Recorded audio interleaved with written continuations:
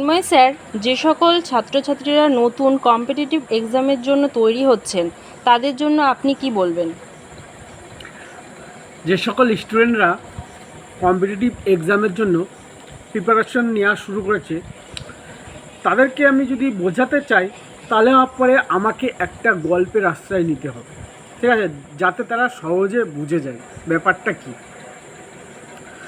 তো চলো স্টার্ট করা যাক গল্পটা। সেটা হলো, একজন শিল্পী ছিল। সেই শিল্পী কী করতো, পাথর কেটে কেটে বিভিন্ন জিনিস, বিভিন্ন মূর্তি, বিভিন্ন স্ট্রাকচার তৈরি করতো, ঠিক আছে, মূর্তি তৈরি করতো, কখনো পশু পাখি বিভিন্ন খোদাই করে করে মূর্তি তৈরি করতো।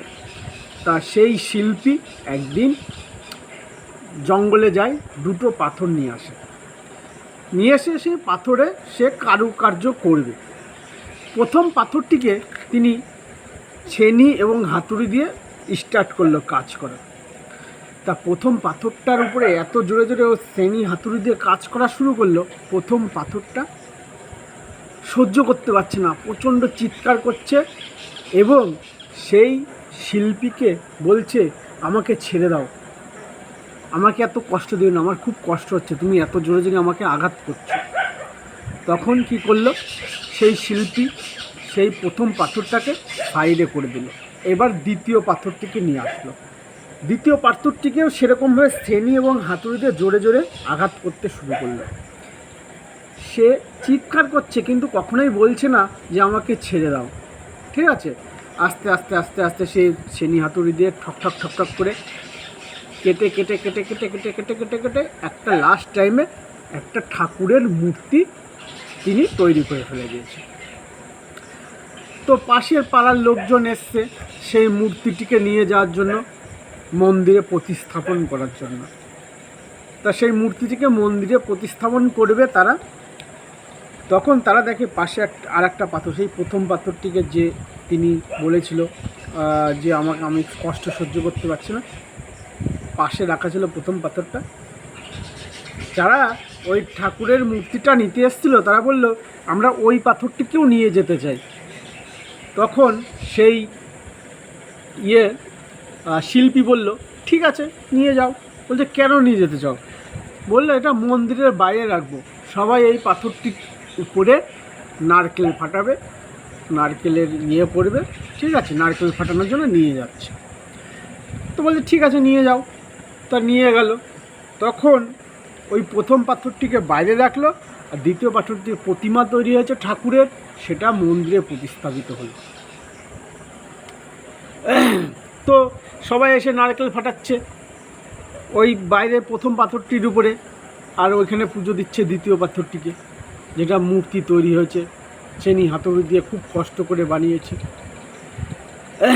তখন ওই প্রথম পাথরটি ভগবানকে বলছে, ভগবান আমি কেন বাইরে আর ওই দ্বিতীয় পাথরটা কেন ভিতরে?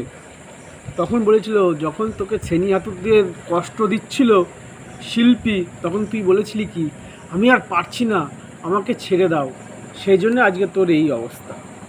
আর সে কোনো টু শব্দ করেনি, সেই জন্য আজকে সে মন্দিরের ভেতরে আছে। এর থেকে স্টুডেন্টরা কি বুঝলে? যদি তোমরা কম্পিটিটিভ লাইনে প্রথম হয়ে থাকো, টিচার যেটা বলবে সেটা অক্ষরে অক্ষরে পালন করবে। প্রথম দিকে মনে হবে বিশাল সিলেবাস, বিশাল কষ্ট, অনেকে ছেড়ে দিয়ে পালায় অল্প একটু শেখার পরেই। শেষ পর্যন্ত টিকে থাকো, শেষ পর্যন্ত চেষ্টা করো, ঠিক আছে। কম্পিটিটিভ লাইন অত ইজি নয়।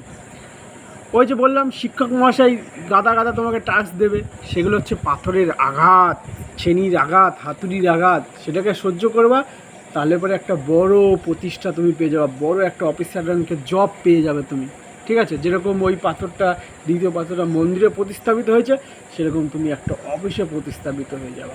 আর যারা ওই মাঝপথে ছেড়ে দেবে, তারা ওই বললাম মাঝপথ থেকে খেয়েই হারিয়ে যাবে, ঠিক আছে, কি করবে ঠিক নেই। তখন ভগবানের কাছে গিয়ে তারা বলবে, ভগবান আমার কিছু হলো না, আমার কিছু হলো না, ঠিক আছে।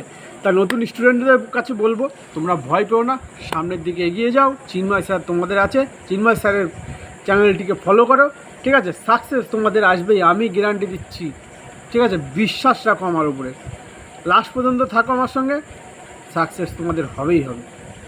এই বলে আমি আমার বক্তব্য শেষ করছি। নমস্কার।